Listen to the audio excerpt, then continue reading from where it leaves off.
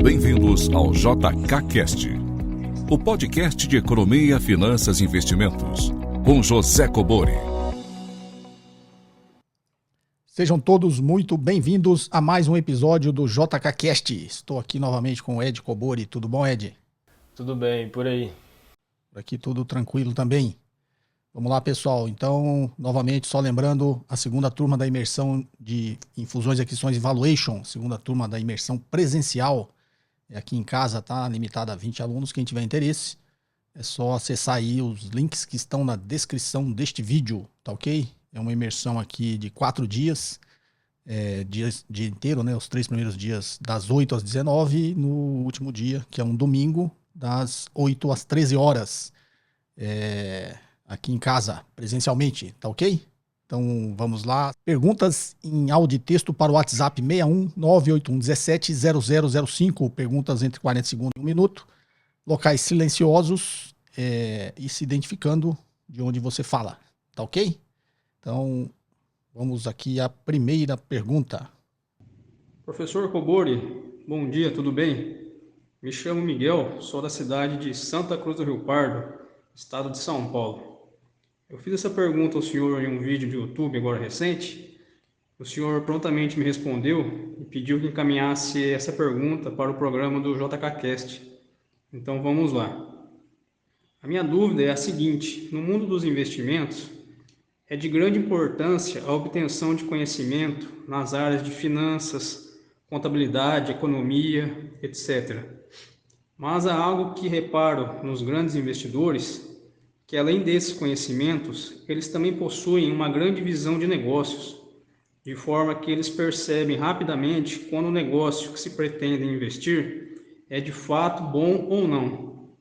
Aí que vem a minha dúvida: como obter essa visão de negócios, esse feeling apurado de mercado?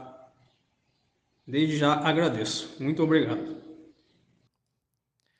Bem, vamos lá então, Miguel de Rio Pardo, no interior de São Paulo. Miguel, na realidade, essa parte da visão de negócios, né, do feeling, você adquire muito mais com a experiência e com o conhecimento que você tem do mercado, né? Não só da economia, de finanças, mas muito mais conhecimento de mercado, tá? Daquele setor que você está avaliando. Então, por isso que você vê as grandes corretoras, né, os bancos de investimentos, as casas de análise, ele tem geralmente um analista ali especializado em cada setor, né? Porque ele consegue refinar ali a visão e cada vez conhecer mais o setor, tá ok? Como homem de negócios, as pessoas quando abrem os seus negócios, eles obviamente vão abrir naquele setor que ele tem mais competência, que ele conhece melhor, que ele acha que ele vai ser competitivo, né? Mas como investidor, como é que você refina isso? Essa parte da experiência ela é importante. Tem como você estudar, né? Você vai estudar sobre estratégia, sobre planejamento estratégico, vantagem competitiva, vantagem comparativa, um monte de itens aí. Eu costumo dizer que a parte de economia e finanças talvez seja mais fácil, né? Que você tem uma ciência, são números, você vai projetar, obviamente, tem a parte da arte também nessa ciência, né? De projetar o fluxo de caixa futuro da empresa, mas é óbvio, toda a projeção de fluxo de caixa futuro você está muito mais baseado na sua visão do negócio, né? Na estratégia da empresa. Então, o último capítulo do meu livro, inclusive, é sobre isso, né? Chama-se Planejamento Estratégico, meu livro Análise Fundamentalista, tá? Que eu julgo ser, quando a gente está falando sobre valuation, né, sobre avaliar a empresa, é uma parte que eu julgo ser a mais importante, tá?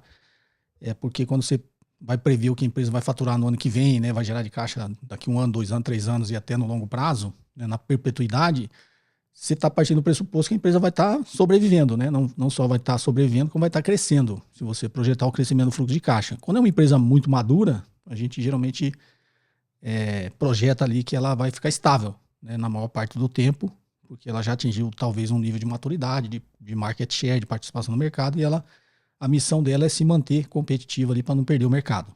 Obviamente, em momentos de crise, né, surgem grandes oportunidades, porque outras empresas não sobrevivem, quebram, e geralmente as empresas maduras ela acabam aumentando um pouquinho a participação dela no mercado.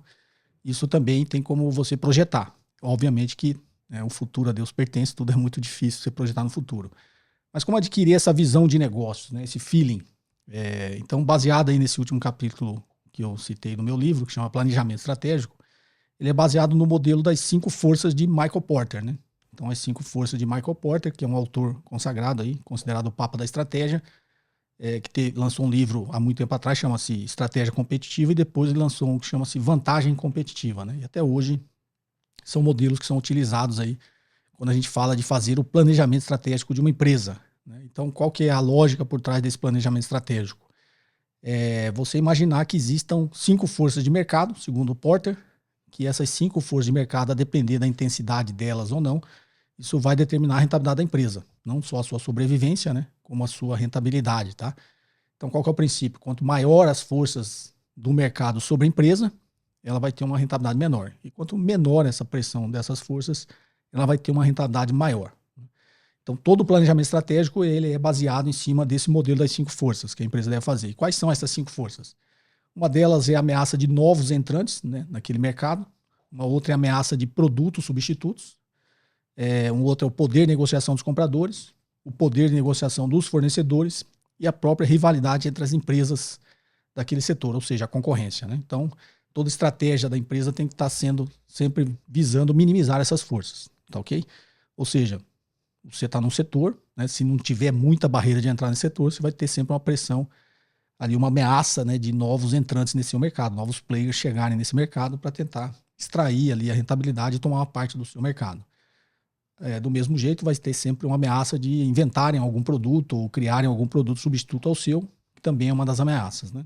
A poder de negociação dos compradores e dos fornecedores talvez seja mais intuitiva, né? Quanto maior o poder de barganha dos seus clientes, dos seus compradores, menor vai ser a sua rentabilidade, porque ele vai pressionar sempre para comprar por um preço menor. E quanto maior a pressão, né, o poder de barganha dos seus fornecedores, a mesma coisa, né? Ele sempre vai pressionar para te vender o produto dele mais caro. E o mais conhecido de todos é a própria concorrência das empresas, né, dos players daquele setor, tá ok? Então toda a estratégia competitiva tem que ser feita em cima de minimizar essas 5 forças, né? E aí venha o conhecimento do mercado, o conhecimento do setor, o conhecimento do negócio, que as empresas estarem sempre fazendo as suas estratégias visando minimizar isso aí. Aí você, como um investidor, vai analisar essa empresa, você tem que saber, conhecer bem qual é a competência que essas empresas têm, né? A empresa que está avaliando, para conseguir minimizar essas 5 forças. Então, você diria que a sua visão de negócio seria nesse sentido, conseguir vislumbrar e enxergar na empresa competências, né, que façam com que a estratégia dela seja a estratégia vencedora entre todos os players daquele mercado, ou pelo menos seja uma estratégia que vise ela não perder market share, né, não perder participação de mercado, né? Então, quando ela consegue essas estratégias, criar essas estratégias para manter as suas vantagens competitivas, ela vai estar fazendo isso para quê? Para minimizar essas forças e conseguir manter a sua rentabilidade, né, o nível de rentabilidade, o retorno que ela dá para os seus acionistas, né, na sua atuação no mercado ali vendendo os seus produtos, tá ok? Então seria mais ou menos essa visão de negócio que você tem que ter. Então você viu aí que tem uma certa teoria por trás que você tem que estudar, você tem que saber, mas na hora de avaliar e enxergar isso, realmente a visão de negócio vai depender muito da sua experiência, né? Não só da sua experiência em enxergar negócios, em enxergar competências empresariais, né? Como enxergar também o crescimento ou não daquele setor, né? Daquela tecnologia, daquela ameaça de que aquela tecnologia em algum momento não vai ser mais inovadora, vai chegar novos produtos, vai chegar novos players, e aí a empresa tem que estar sempre, né, se reinventando, inovando os seus produtos e reinventando as suas estratégias. Então, isso na realidade você viu que depende muito da experiência, né? Você tem que estudar todas essas teorias, né, de estratégia, mas também tem que conhecer cada vez mais esse setor que você está avaliando, né? Conhecer mais o setor da empresa que você está avaliando. Tá ok? Seria mais ou menos, às vezes pode parecer um pouco abstrato, mas existe aí uma ciência e uma teoria por trás disso. Tá ok? Espero ter te ajudado. Ed, quer complementar alguma coisa? Então, Miguel, na verdade, assim, do meu ponto de vista, todo mundo tem um pouco dessa intuição, desse feeling, alguns mais apurados, outros menos apurados, porque, querendo ou não, a gente avalia muito a empresa da visão do consumidor. Então, o tempo todo a gente está escolhendo uma farmácia em detrimento da outra, né, para comprar nossos remédios. Para a gente fazer o supermercado lá no mês, né? Se a gente vai num Carrefour ou no Pão de Açúcar, na hora da gente comprar uma passagem aérea, a gente vai falar, putz, eu prefiro viajar de Gol ou de Azul. Então, intuitivamente, a gente entende um pouco do negócio, só que dessa ótica de consumidor, né? Por que essa empresa ela me atende melhor? Por que o preço dela é mais competitivo? Né? Por que a experiência aqui, o pós-venda dela é mais apurado do que desse outro concorrente? Então, basicamente, você meio que tentaria pular para o outro lado, né? Você sai um pouco dessa visão de consumidor e entrar dentro da visão do gestor daquela empresa, do administrador daquela empresa. Então, você basicamente, como o professor falou, né, com um pouco mais de embasamento teórico, você conseguir entender, né, como que ele consegue aplicar e implementar essas estratégias que o consumidor acaba sentindo lá na ponta final, né, com uma experiência melhor, e você acaba conseguindo uma fidelidade dele por mais tempo. Ou seja, mesmo que o concorrente comece a baixar um preço ou tenha algum outro critério mais competitivo, você vai acabar se tornando fiel ali, né, justamente porque você acaba dando preferência, né, por tudo isso que a empresa já te trouxe de boas experiências. Uma coisa assim que eu aprendi na empresa Júnior, até hoje eu utilizo bastante, é você fazer um cliente oculto de fato ali dentro, né? Então você entrar dentro do business como consumidor com um olhar mais crítico, com um olhar mais observador. Então você tentar entender, né, por que que aquela empresa é melhor e por que que a concorrente não é, ou vice-versa. Inclusive, o Peter Lynch, né, ele adota muito essa estratégia de você dar preferências de investimentos em companhias que você já é consumidor, né, porque você já tem esse olhar crítico, você já consegue entender, né, quais são os pontos fortes e os pontos fracos dessa empresa, e aí você se sente mais seguro, né, e até simplifica um pouco aquela análise do que você pegar uma empresa que você não vai entender nada. Então, vou pegar uma Vale. Putz, eu não sei como que funciona o processo de extração lá, para chegar à exportação, precificar o preço do minério, né? Tem muitas variáveis que a gente não entende nada. Então, a gente fazer uma análise de um supermercado, de uma farmácia, vai ser muito mais simples, né? Porque a gente já entende, já que a gente convive tanto, né, com essas empresas dentro do dia a dia. E aí uma dica, né? Eu particularmente gosto muito dessa temática, né? Por isso que eu fiz a administração. Então, pegar esses livros, né? Muita gente no mercado foca muito nisso que você comentou, economia, contabilidade, mas quanto mais você aprender esse leque, né, de como que funcionam os departamentos da empresa, parte de marketing, de vendas, o financeiro, de estoque, lógico que você não vai se tornar um especialista em tudo isso, mas você tem pelo menos uma visão ali ampla, abrangente de como que funcionam essas coisas interligadas, para você entender, né, e apurar um pouco esse feeling depois que você tentar implementar isso na prática, fazendo aí os seus investimentos individuais ou fazendo esse exercício de cliente oculto que eu comentei, né? Você ir e tentar identificar esses pontos, essas vantagens aí nas empresas que você já convive no dia a dia. E aí com o tempo, né, você vai conseguir melhorar e apurar esse feeling aí para você tomar suas decisões cada vez mais seguras. Legal, Ed. Muito bem complementado aí. Espero, Miguel, que você tenha extraído algum proveito aí das nossas explicações, tá ok? Então vamos aqui à próxima pergunta. Bom dia, professor José Cobori, tudo bem? Aqui quem fala é o Pedro, sou de Anápolis, Goiás. E eu queria que você desse a sua opinião em relação à seguinte dúvida. A gente sabe que, né, todos os estudos demonstram que ao longo dos anos o que tende a valorizar em ativos, né, são as empresas que mais valorizam com o decorrer dos anos, mais até do que qualquer inflação, do que ouro, do que títulos, né? Então, a melhor alternativa para fazer um plano concreto e sólido de aposentadoria é investir em empresas, né? Principalmente as empresas de capital aberto. Porém, você saber todas as empresas é impossível. Então, além de saber calcular o valor intrínseco, né, de um ativo, quais os mercados que você acha que é mais perene, que é mais seguro para um investidor microinvestidor, pessoa física comum, se aprofundar, para a gente saber um pouco mais questão de como é que funciona a dinâmica do mercado, né, até um pouco de relação comparativa com outras empresas também. Tá? Obrigado. Bem, bom, Ed, essa aqui acho que vai ficar contigo aí para você responder aí, que essa tá fresquinha aí na sua cabeça. Vamos lá? Vamos lá, então, Pedro. Primeiro começar, né, com depende dessa janela de tempo aí, né? Você falou que a maioria das pessoas falam que as ações tendem, né, a se valorizar, ou se valorizaram no passado mais do que esses outros ativos que você citou, mas isso vai depender da janela de tempo, onde foi feito isso, ou onde você olhou. Porque até se você pegar aqui no nosso contexto, né, no Brasil, se você pegar um intervalo aí de 2010 até 2020, que é o que eu tenho mais recente aqui, mas se você facilmente colocar até hoje, provavelmente vai estar nesse cenário que o Ibovespa, né, nosso índice aí da Bolsa de Valores, ele perdeu para a inflação, perdeu para o ouro, perdeu para o CDI, perdeu para o dólar, perdeu inclusive para a poupança.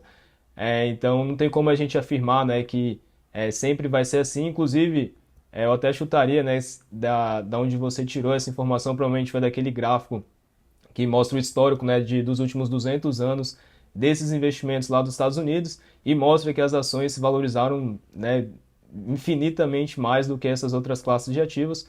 Só que a gente tem que ter sempre esse olhar meio com disclaimer, né, porque primeiro lá é outra realidade, 200 anos também, né, era um cenário totalmente diferente e não significa que foi assim até hoje e que vai se permanecer daqui para frente, né? Então, se fosse para te dar algum certo tipo de dica, não é você escolher só uma classe de ativo. Então, historicamente as ações se performaram melhor, então vou colocar 100% do meu patrimônio nisso, né?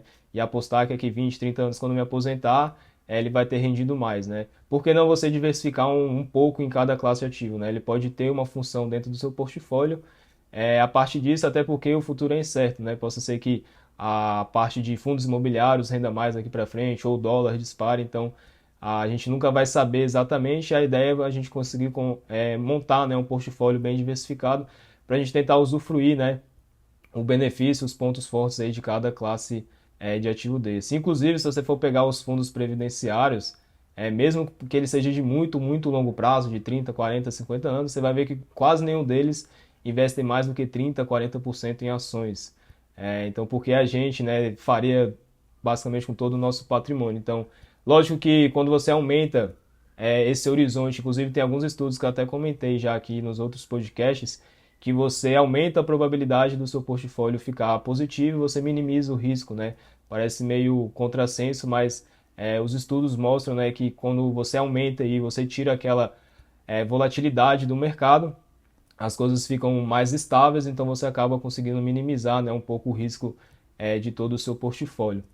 Quando você comenta nessa questão de, eu como pessoa física, né, eu como um microinvestidor, quais seriam os melhores setores, né, ou mais seguros, ou mais simples de analisar, acho que vai entrar um pouco do que eu comentei, né, na pergunta do Miguel, passada, que foi justamente você tentar começar por setores que você já conhece.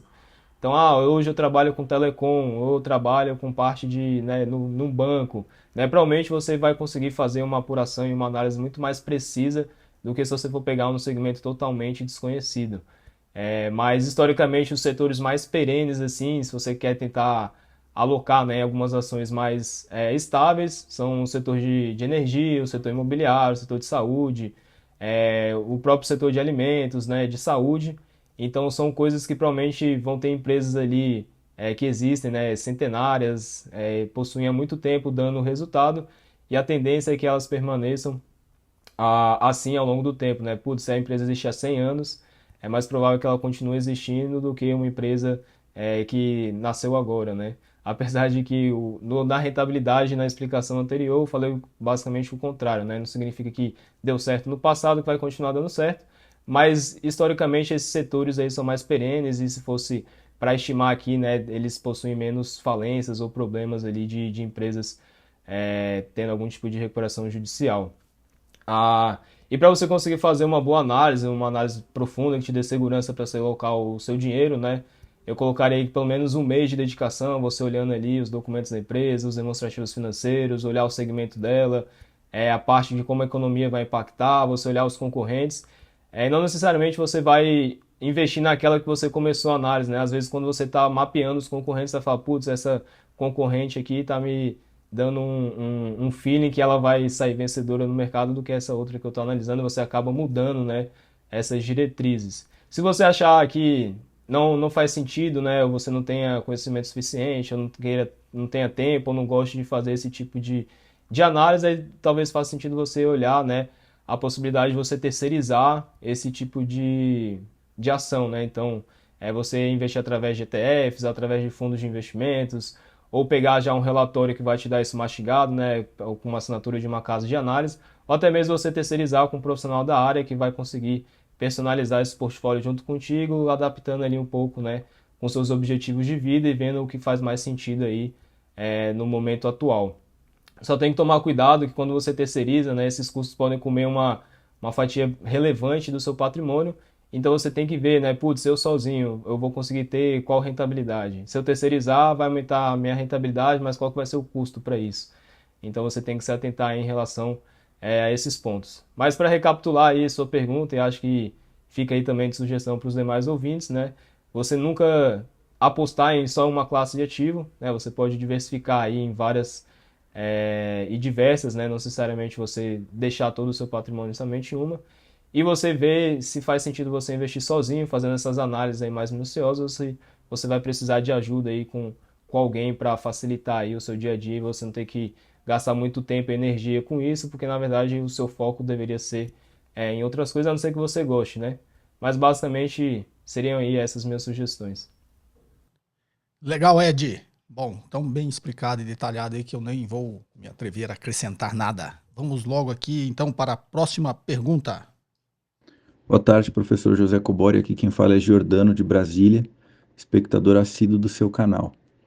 Muito bom o conteúdo disponibilizado. Bom, a minha dúvida hoje é sobre a interpretação real da taxa de juros futura. Quando a gente olha hoje, por exemplo, o DI1F25, ele está na faixa de 12,5%, 12,4%. E eu acreditava que a taxa de juros futura era simplesmente a expectativa sobre a taxa Selic para o futuro. Só que, no entanto, quando a gente olha as previsões dos principais bancos do Brasil para a taxa Selic em 2025, a gente tem algo em torno de 7 a 8%, mais ou menos. O próprio Boletim Focus tem como previsão para 2025 7% ao ano da Selic. Então, eu creio que o mercado não iria estar discordando nessa magnitude, né, de 7 mais ou menos para 12, da expectativa das principais instituições financeiras do Brasil. Então, gostaria que o senhor comentasse qual é exatamente a interpretação dessa taxa de juros futura, nesse aspecto, né, do contrato DI1F para os anos futuros. Muito obrigado, professor. Bem, Jordano de Brasília, vamos lá, Jordano. Na verdade, o DI Futuro, o vértice do DI Futuro de 2025, se não me engano, eu não sei se é esses números, né? Que você passou aí, que eles mudam constantemente, tá? Mas o vértice do DI Futuro, na verdade, ele embute uma expectativa média da trajetória da política monetária, tá? Então, como você disse, os bancos, né, estão prevendo aí, os agentes de mercado estão prevendo uma taxa lá em torno de 7%, que você disse. Mas o DI futuro está sendo negociado a 12 alguma coisa. A taxa Selic corrente é 12,75. Existe ainda uma expectativa que ela vai aumentar mais um pouco, né? Então, o que o mercado está fazendo? Ele está imaginando qual que é a expectativa média de hoje, da taxa Selic corrente hoje, até o vértice do DI futuro que você está avaliando aí de 12 alguma coisa, não é isso? Mas aí você fala, mas eles estão prevendo uma taxa Selic lá em 2025, nessa data aí, de 7 e alguma coisa. Por que o mercado está negociando 12? É porque é uma expectativa média dessa trajetória da taxa de juros, tá? Então, ou seja, para essa taxa Selic, que está uma projeção de 7 lá, 12,75 agora, e a média ser esses 12 alguma coisa, o mercado está imaginando que essa taxa ainda vai subir um pouco, e depois nessa trajetória, a cada reunião do Copom ela vai cair. Talvez, com 2025, ainda daqui 3 anos, ainda existe aí um pequeno repique, né? O mercado sempre prevê isso aí, que pode subir ao longo do caminho, ou ela pode cair e não chegar até os 7 agora, se estabilizar, né? Ou chegar em, sei lá, em 8, estabilizar e depois ela voltar a cair até chegar em 7 lá nessa data de 2025, tá? Então, na realidade, o DI futuro, o vértice do DI futuro, ele embute uma expectativa média da trajetória da política monetária, tá?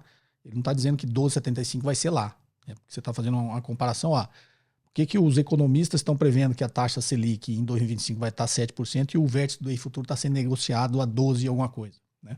É porque esse 12 alguma coisa é a taxa média entre hoje e esse dia que você está olhando lá de 7, tá? Então o mercado está imaginando isso. Isso varia conforme os eventos econômicos vão ocorrendo, tá? Isso aí você vai ver que daqui uns dias não vai estar isso aí, vai estar outro, vai estar maior, vai estar menor.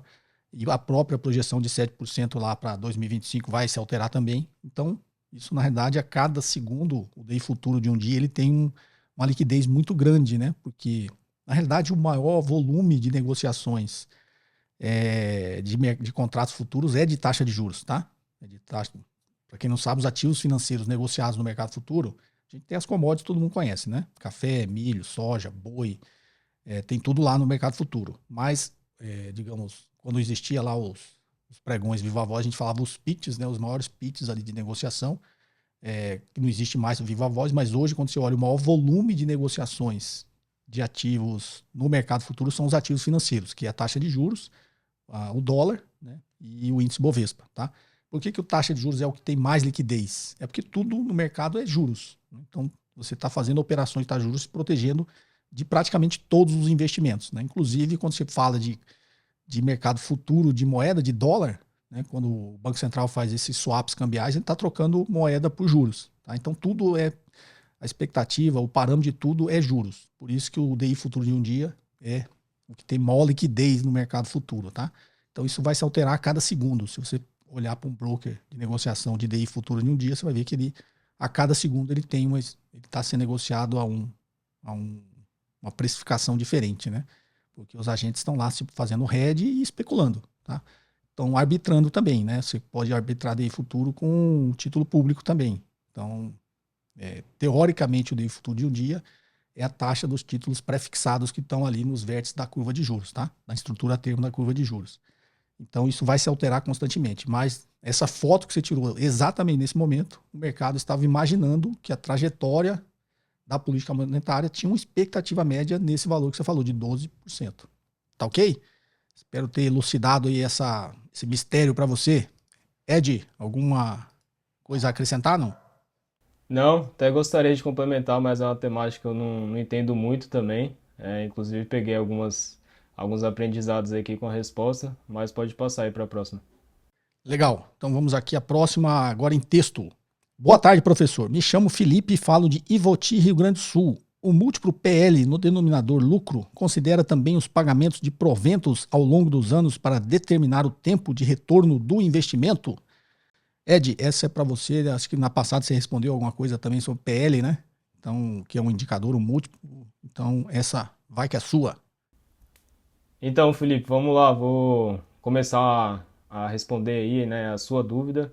E aí até deixar alguns complementos aqui de como que você pode deixar, né, essa análise um pouco mais aprofundada. Então, o que é, né, o PL? É o preço sobre lucro, ou você pode ver em alguns sites, alguns relatórios PE, que é o Price to Earnings, né, nada mais é do que a tradução aí em inglês. Então, só para você entender, né, e os demais ouvintes, que são os mesmos indicadores. Então, dependendo de onde você está vendo essa fonte, pode vir, né, com PL ou PE.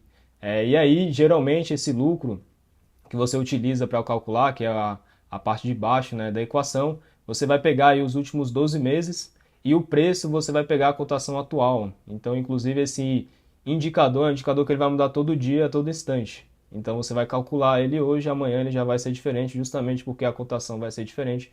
Então, isso vai interferir no resultado final. E aí, esse indicador, ele mostra, né, acho que até o professor comentou no podcast passado, né, que ele significa em quantos anos você vai retornar, né, esse investimento. Então, se o PL é 10, significa que esse montante que você colocou agora, se a empresa continuar, né, performando esse lucro e o preço se mantiver, você vai retornar, né, esse montante que você aportou em 10 anos. Então, em tese, quanto menor esse indicador, melhor, né? E aí por isso que eu falei em tese, porque a gente vai colocar aqui, né, alguns pontos de atenção em relação a isso. Mas o mercado, né, até para você ter um norte, eu gosto bastante quando está falando de múltiplos, você conseguir interpretar ele, né? Então, o que é considerado um PL bom, um PL baixo, e etc. Então, o mercado adota alguns parâmetros, alguns referenciais. Então, abaixo de 10 é considerado um PL bom, entre 10 e 20 um PL normal, né, um PL justo, e acima de 20 um PL alto, um PL caro, né? Talvez não faça tanto sentido você entrar naquela empresa, só que aqui já vai entrando um pouco de disclaimer, né? Esse aqui pode mudar com o segmento que você está investindo. Então, determinado segmento, talvez um PL de 25 não seja tão caro, e em um determinado segmento um PL de 8 seja caro, né? Então, isso aqui é como se fosse uma média ali, mas você vai ter que ponderar ali pelo setor que você está olhando e até pelas concorrentes, né? Então, estou fazendo análise aqui de uma empresa, deixa eu ver quanto que é o PL aqui das demais dentro do segmento, você fazer uma média e ver, né, se está acima ou abaixo daquela que você está olhando agora. E respondendo diretamente a sua pergunta, sim, esse lucro considera os dividendos, porque a gente está pegando o lucro total. E o dividendo que é distribuído nada mais é do que uma fração desse lucro total, né? Então, basicamente, ele está dentro ali daquele montante total, porque mesmo que a empresa distribua, você já está pegando, né, as duas coisas em conjunto. Lógico que pode ter um valor, né, dentro dos dividendos que pode estar, né, fora desse exercício desses últimos 12 meses. Mas isso não vai impactar tanto o indicador. O que pode impactar é se no momento que você está calculando isso, esse dividendo já foi distribuído e aí a cotação já está ex-dividendos. E aí pode deixar o indicador mais baixo do que ele deveria, né, se a empresa ainda não pagou esses dividendos. Então é uma coisa que você tem que se atentar. Então, a empresa pagou R$ 1 por ação, o PL lá era 10, agora vai passar a ser a 9, né, ex-dividendos. Então vai dar uma falsa sensação de que a empresa está mais barata, né, justamente por conta desse ajuste. E aí outros pontos de atenção que você tem que levar em conta é que o PL ele não utiliza como premissa os investimentos futuros. Então você vai utilizar, né, como se essa base de lucro se mantivesse a mesma. Então, empresas que estão em franco crescimento, o PL talvez esteja um pouco distorcido, né? Porque ela ainda vai entregar um lucro muito alto no futuro, só que isso não está sendo mensurado no PL atual. E aí também você não consegue dimensionar o valor do tempo, o valor do dinheiro no tempo, né? Justamente porque você está olhando que você vai ter esse retorno em 10 anos, mas o valor que você está aportando agora é muito maior do que o valor do ano que vem, no ano 2, no ano 3, justamente porque o dinheiro vai perdendo valor, né, ao longo desse período. Então, ou seja, você em tese não tem esse ajuste aí do PL. Mas o que você pode fazer para ajustar, e geralmente o mercado utiliza, é você utilizar o lucro futuro, né? Então vai ser o PL forward, né, que eles chamam, que você basicamente vai projetar o quanto essa empresa vai ter de lucro, você utilizar, né, esse lucro futuro no cálculo, em vez de você pegar os últimos 12 meses. Ou em cenários de empresas muito cíclicas, então, o lucro dela está muito alto agora, ou está muito alto agora por conta ali, né, do segmento que ela atua, né, pela etapa do ciclo que ela está vivendo. Então, você pode usar um lucro aí médio dos últimos 3 anos, dos 5 anos. E aí, quando você faz esse ajuste aí, né, chamado de PL ajustado ciclicamente, ou em inglês você pode ver como CAP, que é Cyclical Adjustment Price to Earnings, né? Nada mais é do que a abreviatura aí desse termo que eu acabei de falar. E aí você pode ajustar colocando um crescimento, que é o que o pessoal chama de PEG, né? Então, além do lucro, você vai colocar ali o CAGR, né? Uma taxa média que ela pode crescer ao longo dos próximos anos. E você também pode ajustar, além do crescimento, você colocar um percentual de dividendos que a empresa pode pagar mais para frente, né? Ou esse crescimento de dividendos no futuro, que aí seria o PEG com Y no final. Então, aqui já falei diversos ajustes, né? Ou formas como você pode ver esse indicador.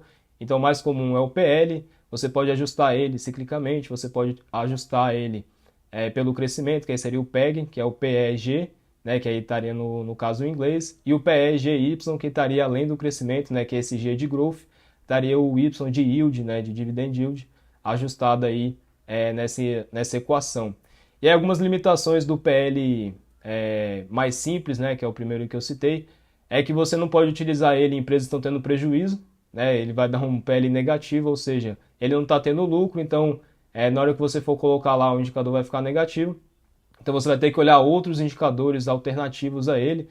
Então o PSR, que é o preço sobre venda, você pode usar o EV/EBITDA, né? Então, ou seja, você vai pegar outros indicadores a não ser o lucro, apesar de que ter algumas críticas, né, em relação a esses, porque o EBITDA e a receita líquida que você tem não é do acionista, né? Então você está vendo um múltiplo distorcido ou inconsistente, como o pessoal gosta de falar.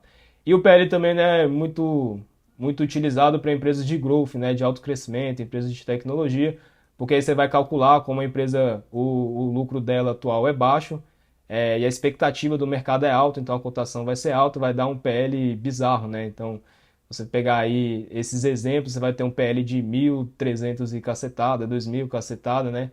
Então vai acabar que vai distorcer e não necessariamente é um negócio ruim, né? Você só vai ter que olhar indicadores alternativos que possa tentar deixar essa mensuração de se está caro ou barato um pouco mais palpável. Então o PL não seria um indicador tão aconselhável, né, nesses cenários.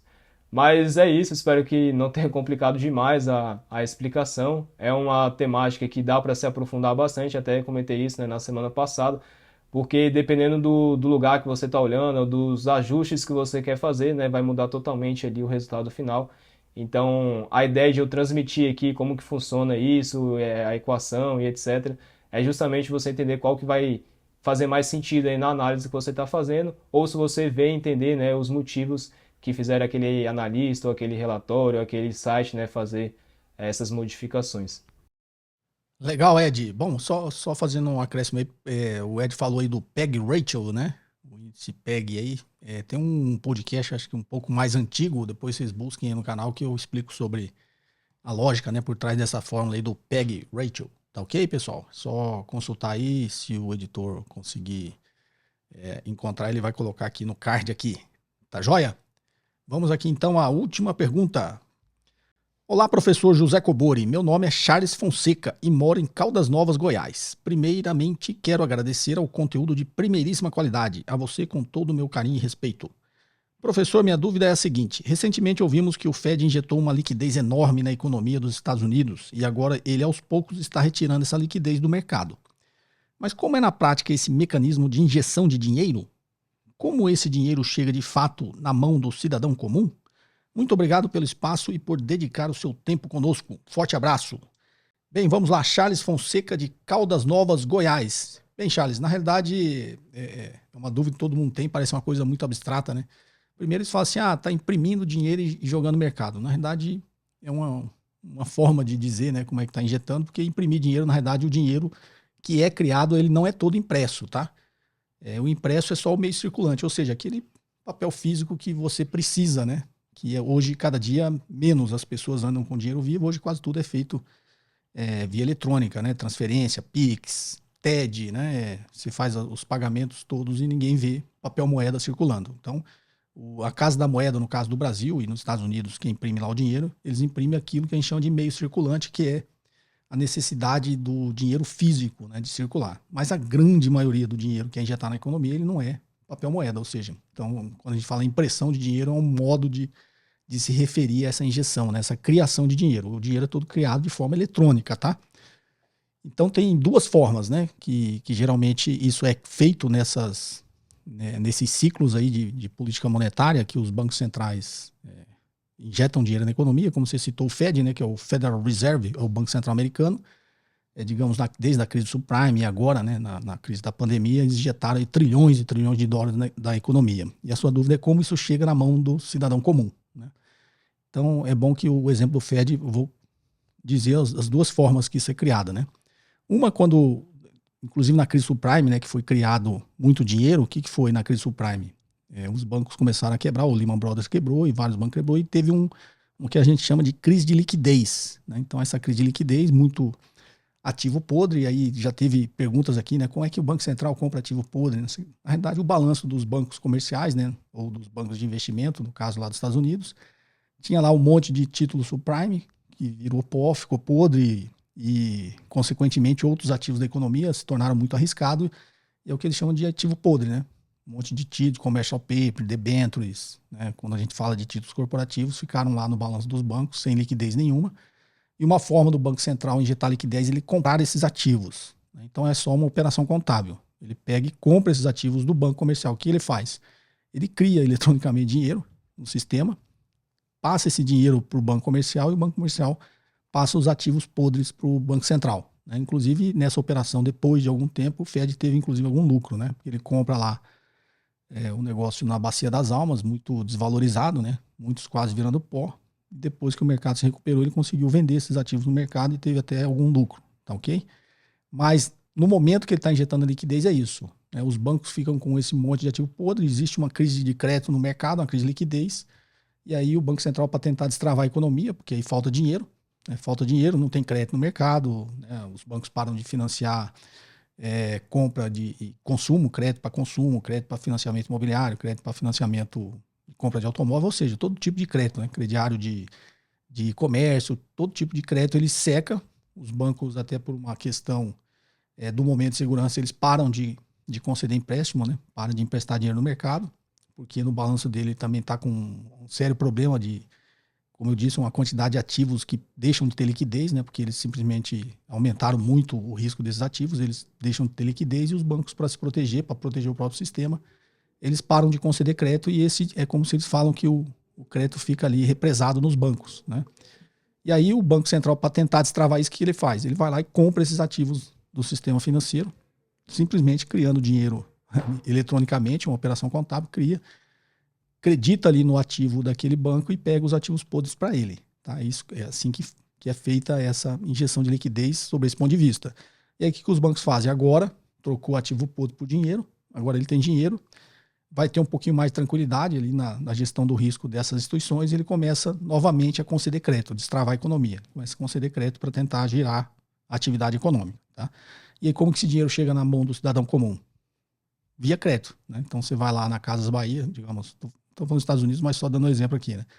Você vai lá na Casas Bahia, comprar uma geladeira lá em 24 vezes. Agora a Casas Bahia vai ter dinheiro para te emprestar, porque ela também consegue fazer essa operação com o sistema financeiro. Então, esse dinheiro acaba chegando na mão do cidadão comum dessa forma, via crédito. Tá ok? Uma outra forma que ele faz é realmente imprimindo dinheiro, que é essa parte, digamos, eletrônica, que ela vai injetar, e depois, como ele criou muito dinheiro eletrônico, um percentual desse dinheiro tem que ser físico, né? Tem que se tornar meio circulante, ele vai realmente imprimir papel moeda e injetar no mercado. Tá bom? Então são essas formas que o dinheiro chega na mão do cidadão comum.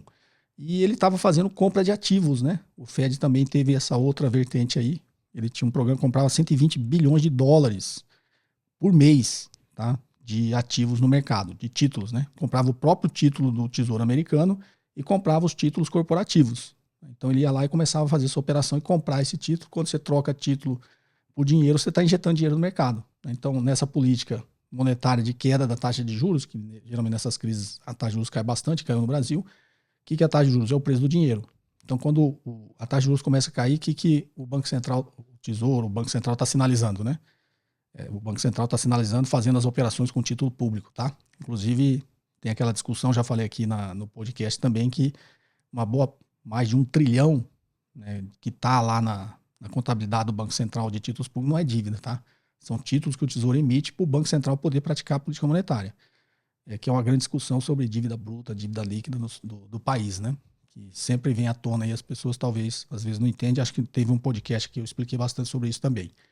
Então, o que o Banco Central faz? Ele baixa a taxa de juros. O que ele está dizendo para nós, investidores, né, para o mercado como todo que tem título? Opa, agora ele está me pagando menos pelo meu dinheiro. O que eu faço? Né? Eu vendo, devolvo o título para o Banco Central e o Banco Central passa o dinheiro para o sistema. Então é uma forma de injetar dinheiro na economia. O inverso é verdadeiro. Agora ele está subindo a taxa de juros e está fazendo o quê?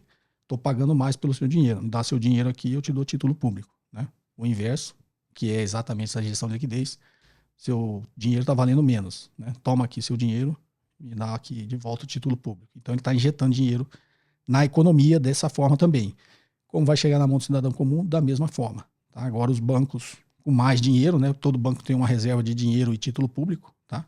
Agora, com menos título público e mais na reserva bancária, mais dinheiro, o que ele faz? Tem mais dinheiro para emprestar, né? Com uma taxa de juros menor. Então, o crédito fica mais barato, o banco tem mais dinheiro e esse dinheiro acaba chegando no consumidor final via crédito também, tá ok? E aí, como chega via crédito, o crédito movimenta a economia passa a se aquecer, vai ter mais emprego, vai ter mais consumo e aí vai chegar na mão do cidadão comum também via aumento da massa salarial, tá ok? Então é dessa forma que essa injeção de liquidez é feita e chega na mão do cidadão comum. Espero ter elucidado também essas coisas que parecem um tanto abstratas na cabeça das pessoas, né? Tá ok? Ed, alguma coisa a acrescentar, não? Não, a explicação perfeita. Parece uma pergunta simples, né? Mas chega bastante aqui no podcast e faz total sentido, né? Porque a pessoa vê lá uma notícia e aí fala, tá, mas como que esse dinheiro chega, né, na ponta final? Então, super boa aí a explicação. Legal. E de qualquer forma, né, pessoal, a gente tem um banco de dados, esse é o episódio, se não me engano, vai ser o 125, né? Então são 125 podcasts já no ar.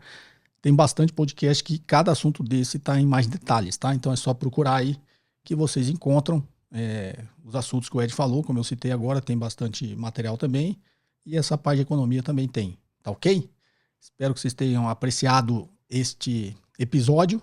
Novamente, a segunda turma de imersão presencial está aberta agora do dia 2 ao dia 5 de junho, quinta, sexta, sábado e domingo, das 8 às 19 horas, né? São 32 horas de aula direto em 4 dias, para quem quer aprender toda a estrutura de um processo, de uma operação de fusões e aquisições e a parte interna ali que é o valuation, né? Encontrar o valor da empresa para você poder fazer uma operação de compra ou venda de uma empresa toda, né? Ou de uma participação majoritária ou minoritária. Mas geralmente as operações de M&A são compra, né, de 100% da participação das empresas, tá ok? Então quem quiser entender o processo desde o início, né?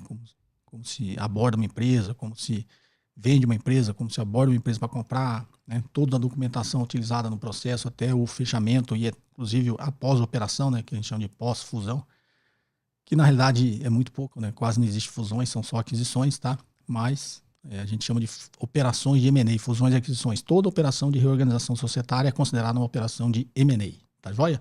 Então quem quiser participar vai ter as informações aqui na descrição do vídeo, tá ok? Perguntas em áudio e texto para o WhatsApp 61981170005, perguntas entre 40 segundos e 1 minuto, em locais silenciosos, se identificando e identificando o local de onde você fala, tá ok?